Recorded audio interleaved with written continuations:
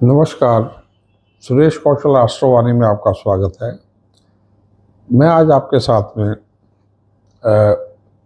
मार्च माह की भविष्यवाणियाँ पूरे मेष से लेकर मीन लग्नों पर सभी के लिए करने जा रहा हूँ। मार्च माह आपके वर्ष 2026 का एक अत्यधिक महत्वपूर्ण महीना है। इसी महीने के ऊपर जो है, इसी माह के ऊपर आपका पूरा जो वर्ष है वो निर्भर करेगा, क्योंकि इस माह में और मार्च माह में कुछ अत्यधिक महत्वपूर्ण ग्रह स्थितियों का निर्माण हो रहा है। पहला क्या है, 3 मार्च तक होलाष्टक का, 3 मार्च का जो है चंद्र ग्रहण भी है और 3 मार्च को होली भी है, फागुन पूर्णिमा, अत्यधिक महत्वपूर्ण। दूसरा, 8 मार्च को शनि ग्रहस्थ होकर हिंसक हो जाएंगे, सभी को परेशान कर सकते हैं। तीसरी जो ग्रह स्थिति है वो है नवरात्र हैं 19 से लेकर 26 मार्च तक। 19 से 26 मार्च तक नवरात्र हैं। पहला नवरात्र जो है क्षय है और इसलिए द्वितीय नवरात्र ही 19 तारीख को पड़ जाएगा। तो पहला नवरात्र क्षय है। 26 तारीख को जो है वो रामनवमी है। 19 तारीख को ही संवत 2083 जो रौद्र नाम से आरंभ हो रहा है वो भी है। तो तनावपूर्ण रहेगा पूरा जो है संवत जो है हर लगन के लिए, परंतु मार्च माह में इसके लक्षण दिखने शुरू हो जाएंगे। इस माह में आपकी कुंडली क्या है, आपको यदि अपना जन्म, टाइम, बर्थ इत्यादि सारी सॉफ्टवेयर पे किसी कुछ ना डालें तो आपको इस प्रकार का चित्र सामने आएगा। 2 नंबर लिखा होगा या वृषभ लिखा होगा, समझिए आपकी बात हो रही है, या नाम के ये अक्षर हैं तो भी समझिए आपकी बात हो रही है। तो वृषभ लग्न के ऊपर बात करने जा रहे हैं। वृषभ लग्न में सबसे सर्वाधिक महत्वपूर्ण क्या होने जा रहा है कि इस लगन का स्वामी पूरे के पूरे 25 दिन तक, पहली माह से 25 तक अत्यधिक प्रबल होकर चलेगा। इस लगन में आपको जीवन की दशा दिशा जो है पूरे 2026 के लिए बदलने जा रही है। वैसे तो जनवरी से 2026 आरंभ हो चुका है। आप हमारे चैनल को लाइक करें, सब्सक्राइब करें, फॉरवर्ड करें, आपको पूरी सूचना मार्च माह में मिलती रहेगी। अब बात करते हैं कि अन्य ग्रहों की क्या स्थिति है। मंगल ग्रह कुंभ में है पूरे। सूर्य 14 मार्च तक कुंभ में है, उसके उपरांत 14 मार्च को मीन में चले जाएंगे, 14 से 31 तक मीन में, यानी एकादश भाव में सूर्य चले जाएंगे। दशम में मंगल चल रहे हैं। शुक्र भी पहली मार्च से लेके और 25 मार्च तक एकादश भाव में रहेंगे, आपके एकादश भाव में रहेंगे, उसके द्वादश में चले जाएंगे। तो 25 मार्च तक शुक्र जो लगने से अत्यधिक उत्तम रहेंगे। और बुध जो है पूरे एक महीना जो है वो आपके दशम भाव में रहेंगे।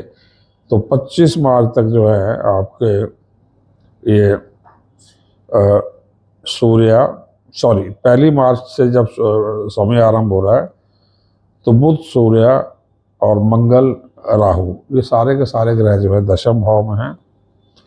पहली मार्च को शुक्र जो है दशम से एकादश में जा रहे हैं। दशम से एकादश में 25 मार्च तक शनि के साथ रहेंगे, तो अत्यधिक उत्तम होने जा रहे हैं वृषभ लग्न के लिए। और थोड़ी सी चिंता की बात क्या है कि ग्रहण जो 3 तारीख को लग रहा है, चंद्र ग्रहण होली के दिन, वो आपके मानसिक तनाव को बढ़ा सकता है। ग्रहण पे हम अलग शो कर रहे हैं, तो मानसिक तनाव के हेतु आपकी सावधानी रखनी होगी, भावनाओं में नहीं बहना होगा। अशांति घर में हो सकती है, परंतु कार्य क्षेत्र में आप अत्यधिक सफल रहेंगे इस चंद्र ग्रहण के बावजूद। चंद्र ग्रहण का असर जो है मानसिक रूप से पूरे माह में चलता रहेगा, क्योंकि ग्रहण जो है ये भारत के कई भागों में विजिबल होगा। पश्चिम भारत में थोड़ी देर के लिए, और उत्तर के भागों में जो है थोड़ा पूर्ण भी, कई जगह पे मणिपुर इत्यादि में पूर्ण ग्रहण दिख जाएगा। तो ग्रहण का असर तेज रहेगा। 19 मार्च से नवरात्रे शुरू हो जाएंगे। नवरात्रे जो है एक नवरात्रा कम है, जैसे मैंने आपको बताया 19 से 26 तक एक नवरात्रा कम है। और वृषभ लग्न में मंगल सप्तम द्वादश भाव के स्वामी, आपकी इंट्यूटिव पावर्स के, आपके जीवन साथी के प्रेम संबंधों के लिए मंगल पूरे माह दशम भाव में प्रबल रहेंगे, परंतु अस्त रहेंगे तो आपको थकाएगा। आपको परिवार में थोड़ी सी झगड़ा इत्यादि, थोड़ा वाद विवाद, खर्चे बढ़ाएगा। परंतु ये सक्सेस भी देगा फौज, खासकर फौज, पुलिस, किसानों को, बिजली क्षेत्र इत्यादि में। मीडिया में ये सक्सेस भी देगा आपको। चिकित्सा का क्षेत्र में बहुत सक्सेस भी देगा मंगल जो है। सो मंगल की स्थिति पूरे माह अत्यधिक उत्तम है, प्रबल जा रहा है ये। खर्चे अधिक रहेंगे, मान सम्मान बहुत बढ़ेगा। सूर्य की स्थिति दशम भाव में रहेगा ये 14 मार्च तक। उसके बाद एकादश में राजनीति हो, सिविल सर्विस हो, कोई भी जीवन का क्षेत्र हो, आपके लिए उत्तम रहेगा।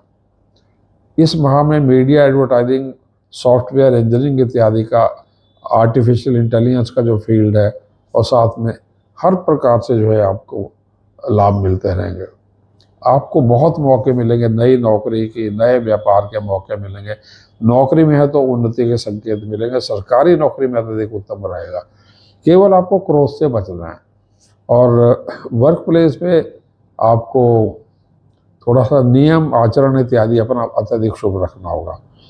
प्रेम संबंधों के लिए माह पूरा उत्तम है, लेकिन मंगल के अस्त होने के कारण प्रेम संबंधों में धोखा भी लग सकता है। जीवन साथी के साथ आपको अपने रिश्ते बना के रखने होंगे, उस पर आप थोड़ी सावधानी रखिएगा।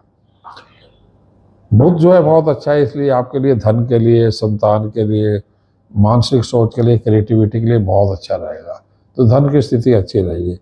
एकादश भाव में 1 तारीख से शुक्र चला जाएगा, तो जीवन के हर क्षेत्र में उत्तम रहेगा। मीडिया, एडवर्टाइजिंग के लिए, रियल एस्टेट के लिए, प्रॉपर्टी के लिए, खान पीन के लिए, होटल व्यवसाय के लिए, देश विदेश में उत्तम रहेगा।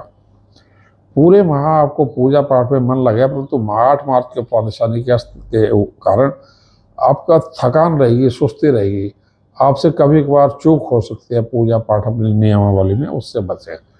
इस माह में आप चाहें तो पन्ना, नीलम अथवा हीरा, कोई भी रत्न धारण कर सकते हैं।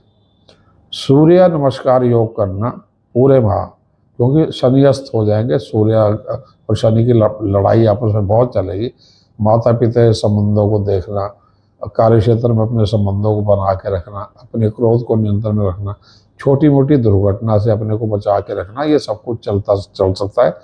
इसलिए जो है आप सूर्य नमस्कार योग करना, विशेषकर 8 मार्च के बाद सूर्य को 7 बजे प्रातः से पहले अर्घ्य देना, और भगवान विष्णु के मंत्रों जैसा ओम नमः नारायणाय, उस मंत्र का जाप करना। इस चीज़ के ऊपर आप ध्यान देते रहे। शनि के लिए जो है आप शनि बीज मंत्रों का, जैसे ओम प्रापरी प्रोसा शनि नमः अथवा ओम शम शनिश्चराय नमः, इस मंत्र का जाप करते रहे।